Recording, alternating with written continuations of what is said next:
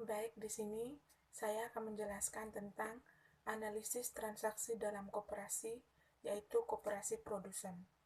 Nah, koperasi produsen itu sendiri adalah koperasi yang membeli bahan baku, terus mengelolanya hingga menjadi produk jadi dan siap pakai, dan menjualnya kepada konsumen yang membutuhkan.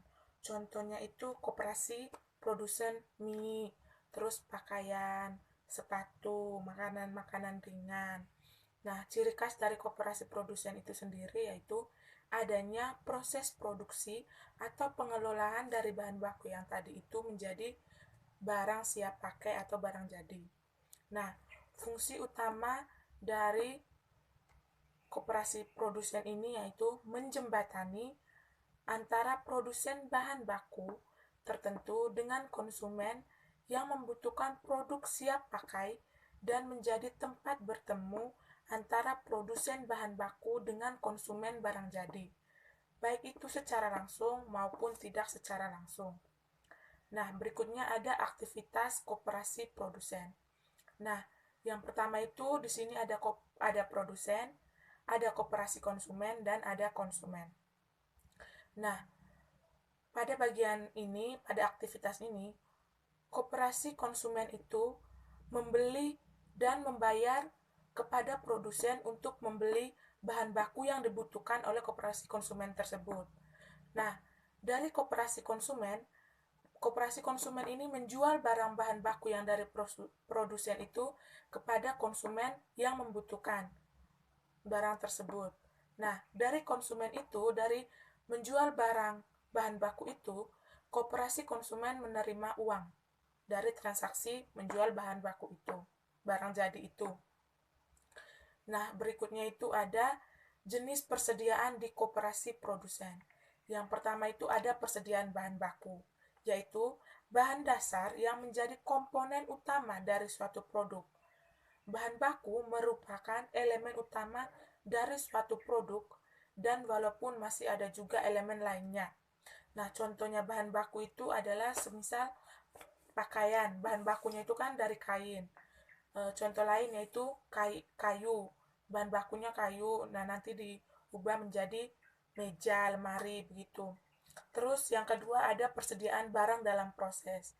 Nah, ini merupakan bahan baku yang telah diproses untuk diubah menjadi barang jadi, tetapi pada sampai akhir suatu periode tertentu belum selesai proses produksinya.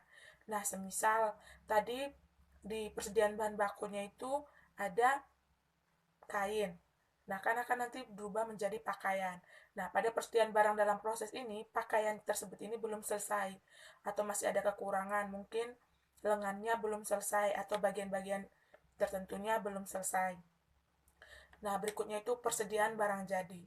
Persediaan barang jadi itu adalah bahan baku yang telah diproses menjadi produk jadi yang siap pakai dan siap dipasarkan. Nah, dari bahan baku tadi yaitu kain, terus akan berubah menjadi pakaian, terus dalam prosesnya juga tidak menghadapi masalah, jadi menjadi persediaan barang jadi dan pakaian tersebut siap pakai dan siap dipasarkan. Berikut ada jenis biaya dalam koperasi produsen. Biaya dikelompokkan menjadi beberapa kelompok menurut manfaatnya. Yang pertama itu biaya bahan baku, yaitu biaya yang dikeluarkan untuk membeli bahan baku untuk menghasilkan produk jadi. Yang kedua, biaya tenaga kerja langsung, yaitu biaya yang dikeluarkan untuk membayar pekerjaan yang terlibat langsung dalam proses produksi. Yang ketiga, biaya overhead, yaitu berbagai biaya selain biaya bahan baku dan biaya tenaga kerja langsung, tapi dibutuhkan dalam proses produksi.